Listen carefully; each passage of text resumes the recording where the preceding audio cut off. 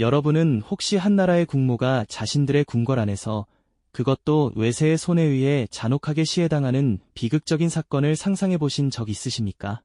과연 이 참혹한 일은 그저 우발적인 암살이었을까요?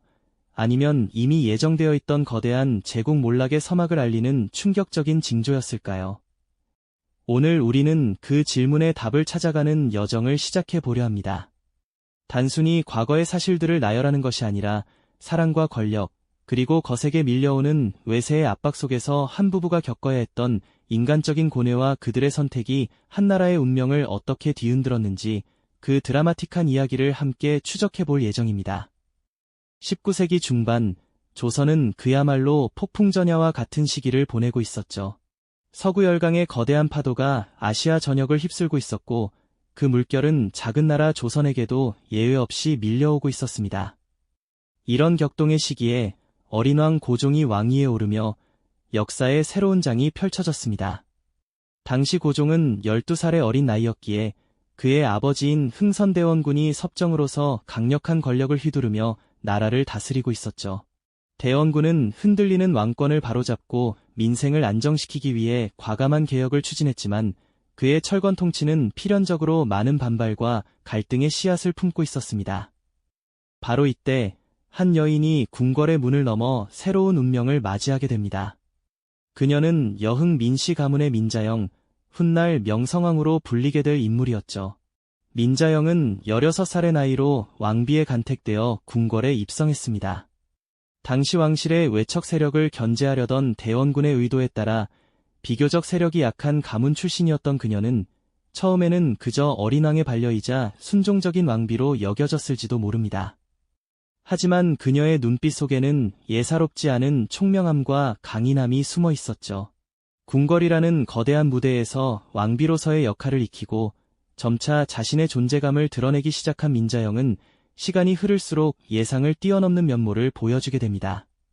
어린 고종은 대원군의 그림자 아래에서 왕으로서의 권위를 온전히 펼치지 못하고 있었고, 민자영은 그런 남편의 곁에서 점차 정치적인 감각을 키워나갔습니다. 대원군의 강력한 섭정은 한편으로는 나라의 기강을 바로잡는 듯 보였지만 다른 한편으로는 왕권의 성장을 억누르는 결과로 이어졌습니다. 이때부터 왕실의 중심에서 싹트기 시작한 권력 갈등의 씨앗은 시간이 지날수록 점점 더 깊은 뿌리를 내리게 됩니다. 궁궐 내부에서는 보이지 않는 긴장감이 감돌았고 누가 왕실의 진정한 주인이 될 것인가에 대한 미묘한 기싸움이 시작되고 있었죠. 그와 동시에 조선을 둘러싼 국제 정세는 더욱 불안정한 양상으로 치닫고 있었습니다.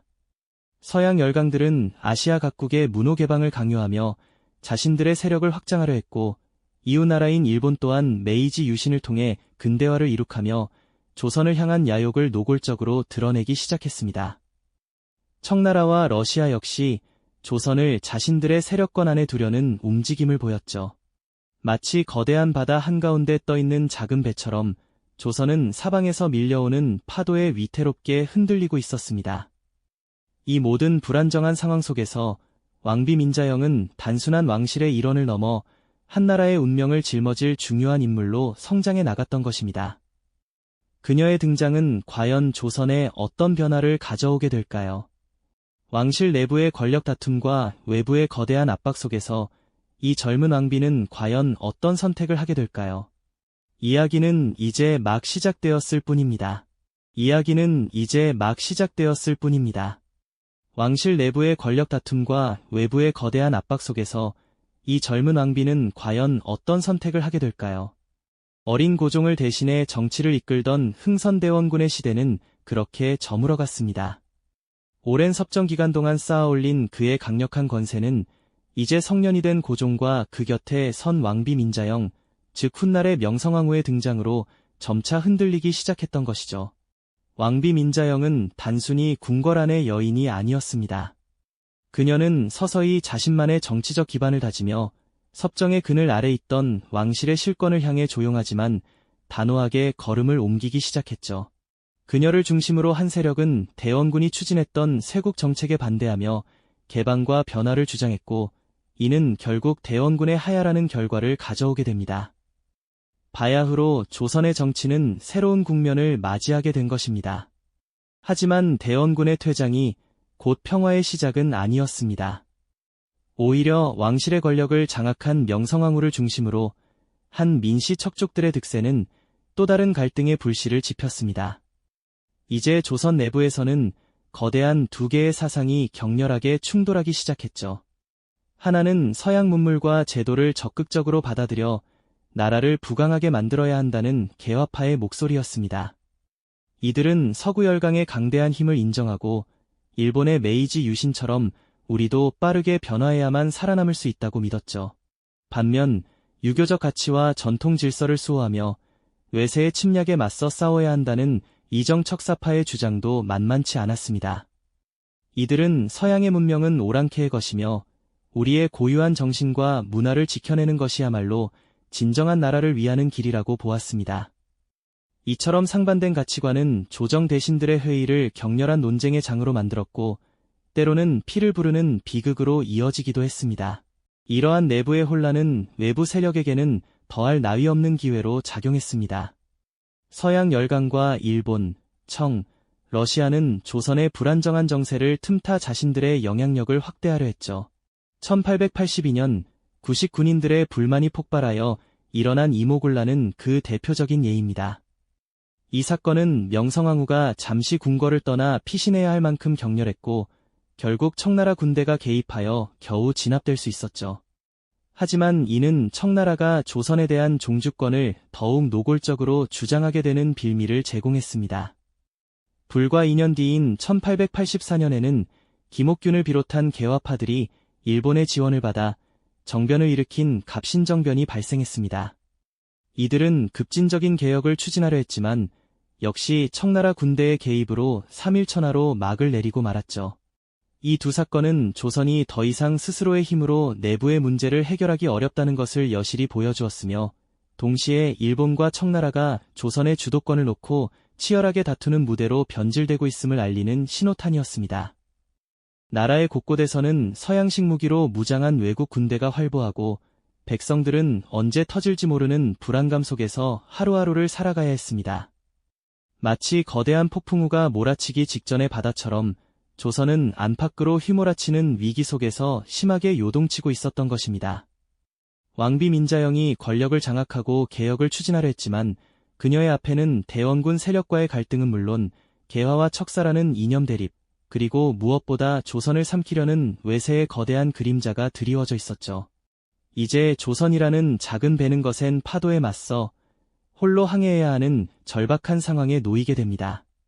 과연 이 위기 속에서 젊은 국왕고종과 왕비 민자영은 어떤 선택을 하게 될까요? 그리고 이들의 선택은 조선의 운명을 어디로 이끌게 될까요? 위태로운 국운의 기로에 선 그들의 고뇌가 깊어지는 시점입니다. 그 깊어지는 고뇌 속에서 조선의 젊은 국왕고종과 왕비 민자영은 어떻게든 이 풍전등화 같은 나라를 지켜내려 애썼습니다. 특히 왕비 민자영은 일본의 노골적인 야심에 맞서기 위해 국제정세의 빈틈을 파고드는 전략을 모색했죠. 바다 건너 청나라와의 전쟁에서 승리하며 기고만장해진 일본은 이제 조선을 완전히 소나기에 넣으려는 야욕을 노골적으로 드러내기 시작했습니다.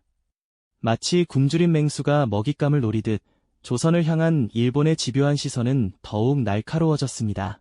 이러한 위기 앞에서 민자영 왕비는 과감한 결단을 내립니다.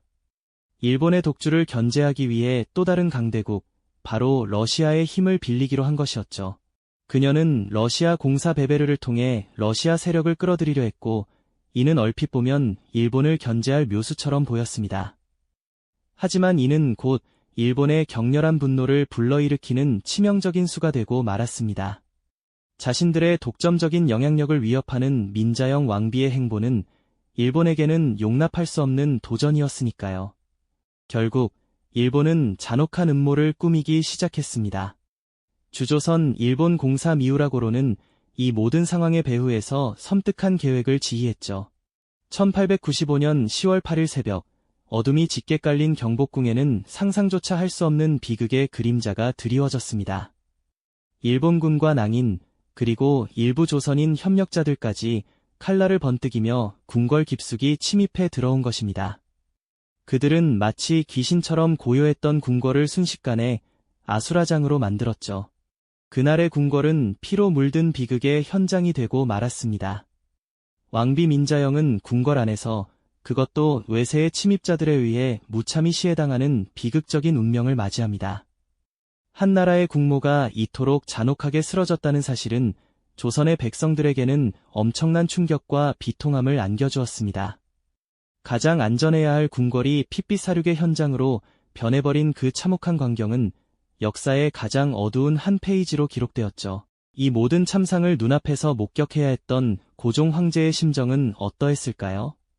사랑하는 아내이자 국정의 동반자였던 왕비가 눈앞에서 무참히 살해당하는 모습을 보며 그는 아마도 세상이 무너지는 듯한 절망과 무력감을 느꼈을 것입니다.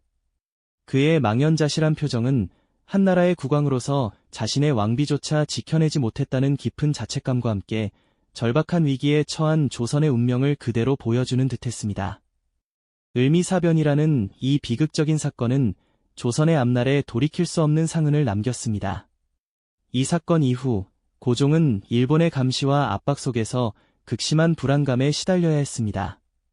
자신의 목숨마저 위태롭다고 느꼈던 그는 결국 1896년 2월 러시아 공사관으로 거처를 옮기는 아관파천이라는 결정을 내립니다. 이는 국왕으로서의 위엄을 잠시 내려놓고 외세의 보호 아래서라도 자신의 안전을 도모하려는 비통한 선택이었죠. 러시아 공사관으로 향하는 고종의 행렬은 한나라의 국왕이 자국의 궁궐을 버리고 타국의 공사관으로 피신해야 하는 비애를 고스란히 담고 있었습니다. 하지만 고종은 이곳에서 다시금 재기를 모색합니다. 일본의 영향력에서 벗어나 어느 정도 자유를 찾은 그는 침탈당한 국권을 회복하고 자주 독립을 선포하기 위한 새로운 의지를 불태웠죠.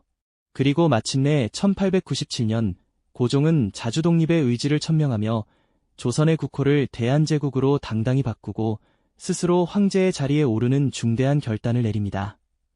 대한제국 선포식은 나라의 독립의지를 만방에 알리는 중요한 순간이었지만 그 이면에는 비극적인 역사의 그림자가 짙게 드리워져 있었습니다. 황제의 자리에 올라 자주 독립을 외쳤지만 이미 국모를 잃고 외세의 틈바구니에서 고뇌해야 했던 고종의 모습은 쓸쓸한 위험을 느끼게 합니다. 이는 명성황후의 죽음이 남긴 뼈아픈 상징적 의미와 함께 조선이라는 나라가 맞이할 비극적인 종말을 예고하는 듯했죠. 이처럼 대한제국은 허무함과 안타까움 속에 시작된 끝나지 않은 이야기의 서막이었습니다. 대한제국은 비록 자주 독립의 기치를 내걸었지만 그 시작부터 이미 거대한 비극의 그림자가 짙게 드리워져 있었죠. 청일전쟁에서 승리한 일본은 조선을 완전히 장악하려는 야욕을 노골적으로 드러내기 시작했고 이는 한반도 전체를 삼키려는 거대한 파도처럼 조선을 덮쳐왔습니다. 이에 명성황후는 일본의 독주를 견제하기 위해 러시아 세력을 조선으로 끌어들이려는 외교적 시도를 감행했습니다. 황후의 이러한 움직임은 일본의 심기를 불편하게 만드는 것을 넘어 계획의 차질을 빚게 할 만한 분노를 일으키기에 충분했죠. 일본은 명성황후를 자신들의 조선 지배 계획의 가장 큰 걸림돌로 여기게 되었고 결국 모든 것을 뒤엎을 만한 돌이킬 수 없는 참혹한 선택을 감행하고야 합니다. 1895년 가을 새벽의 고요함을 갈라놓은 것은 궁궐을 침범한 일본 낭인들의 섬뜩한 발걸음 소리였습니다. 일본 공사 미우라 고로가 주도한 이 음모는 상상조차 할 수 없는 잔혹한 결과를 낳았죠. 그들은 무자비하게 걸레로 난입하여 명성황후를 끈질기게 찾아 헤맸고 마침내 황후는 일본 세력의 칼날 아래 참혹하게 쓰러지는 비극을 맞이하고야 합니다.